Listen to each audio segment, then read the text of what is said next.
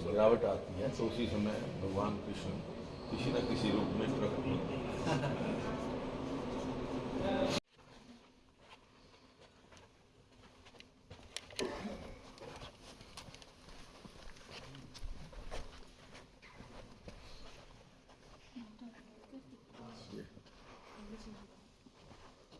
This is all members of the Legislative Assembly. That is for the opposition, and this side is for the ruling party. नागरिकों को किस तरह से कष्टार्जित से गुजरना पड़ा, इस हमें लगता है कि इससे ज़्यादा अभी हो रहा है तिब्बत में। बिल्कुल।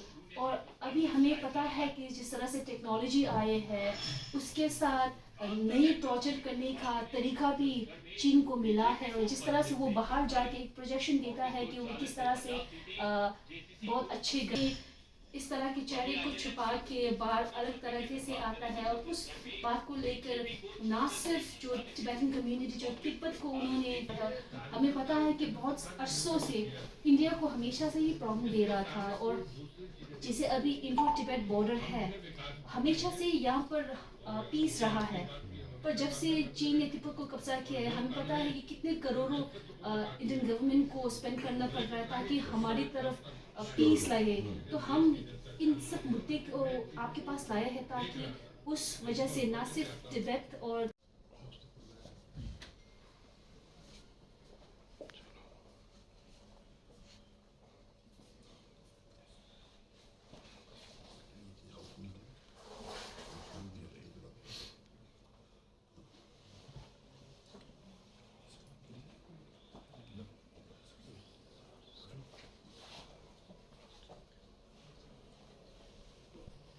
के लिए कोई फ़ायदा नहीं है, या भारत के लिए या पूरे देश के लिए कोई फ़ायदा नहीं है। और जैसे आपको पता है चाइना जो है यूएन का वीटो पावर रखते हैं, और हमें लगता है कि एक ऐसा देश है जो बिल्कुल डिजर्व नहीं करते, क्योंकि जिस तरह से ह्यूमन राइट्स एब्यूसेस कर रहे हैं अब तक, और बहुत ही फ्लॉन्ट करके विदाउट एनी अपॉलॉजी वो कर रहे हैं, हमें लगता है कि वो बिल्कुल डिजर्व नहीं करते। और जिस तरह से यूएन का बहुत सारे रॉपर्ट अलग अलग देशों में जाते, इंडिया में भी आते हैं देखने के हाल कैसा है, इंडियन गवर्नमेंट उनको आने का मौका देता है, पर चीन का सरकार ऐसा है कि किसी को भी तिब्बत के अंदर आने का मौका नहीं देते हैं।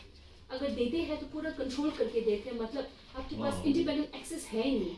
तो हमें लगता है ये सब बहुत डेंजरस मामला है, और एक वीटो पावर की नेशन के लिए और यूनाइटेड नेशंस के लिए, तो ये सब बात को देखते हुए हमें ये कहना था कि गवर्नमेंट ऑफ इंडिया और स्टेट जो इंडिया के अंदर जो स्टेट है जैसे हमारे हरियाणा है, वहाँ से एक तरह से जो हमारे एग्जाइल गवर्नमेंट है उसको टिबेटन्स का रिप्रेजेंटेटिव की तरह देखे, और हमारे एग्जाइल गवर्नमेंट को टिबेटन गवर्नमेंट इन एग्जाइल का एक दर्जा दे, तो वो एक बहुत ही स्ट्रॉन्ग मैसेज होगा। कभी कभी हमें पॉलिटिकल मैसेज देने के लिए आपको बिल्कुल पता है कि हमें गन उठाने की ज़रूरत नहीं होती है, कभी कभी मैसेज हम स्ट्रॉन्गली दे सकते हैं, वो एक बहुत ही स्ट्रॉन्ग मैसेज होगा चीन के लिए। वो हम रिक्वेस्ट रखना चाहते थे सेंट्रल गवर्नमेंट और स्टेट गवर्नमेंट से कि आप अपने जो रिश्ते जो है टिबेटन गवर्नमेंट एग्जाइल के साथ स्ट्रॉन्गली रखें फ्यूचर के लिए, और हमें एक टिबेटन रिप्रेजेंटेटिव की तरह अगर देखें तो वो एक मैसेज बहुत ही इम्पोर्टेंट होगी। तो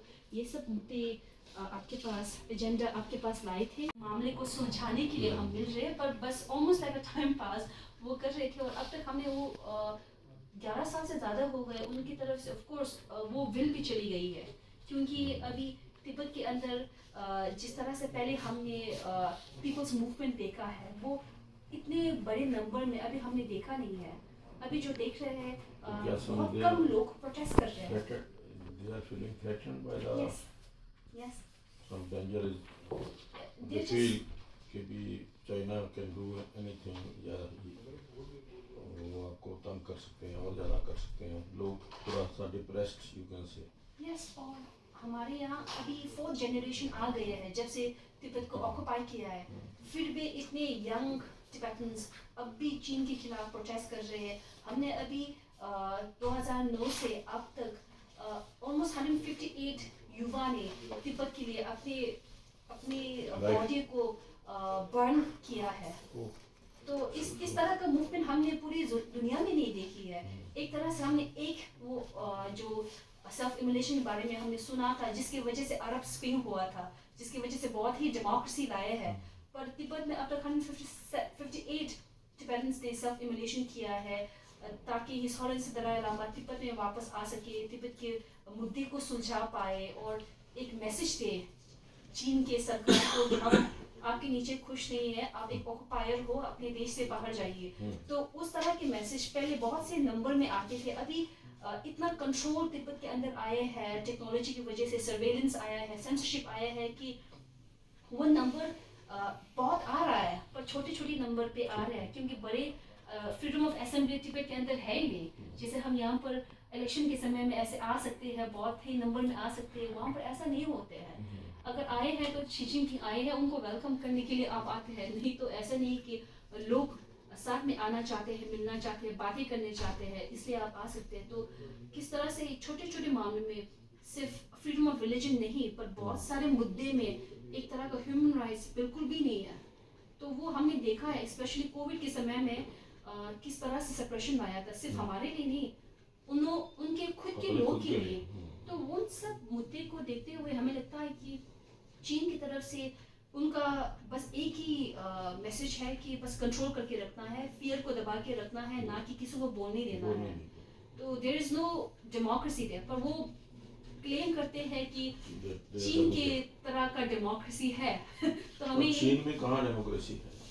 उनका क्लेम है वो चीन में डेमोक्रेसी तो नहीं है। ऑफ कोर्स, पर उनका क्लेम है कि एक तरह का चाइनीज कैरेक्टरिस्टिक की डेमोक्रेसी है। तो इस तरह से हमें लगता है कि वो डेमोक्रेसी नाम को बदनाम करना, और हम जो है डेमोक्रेसी चाहते हैं, जैसे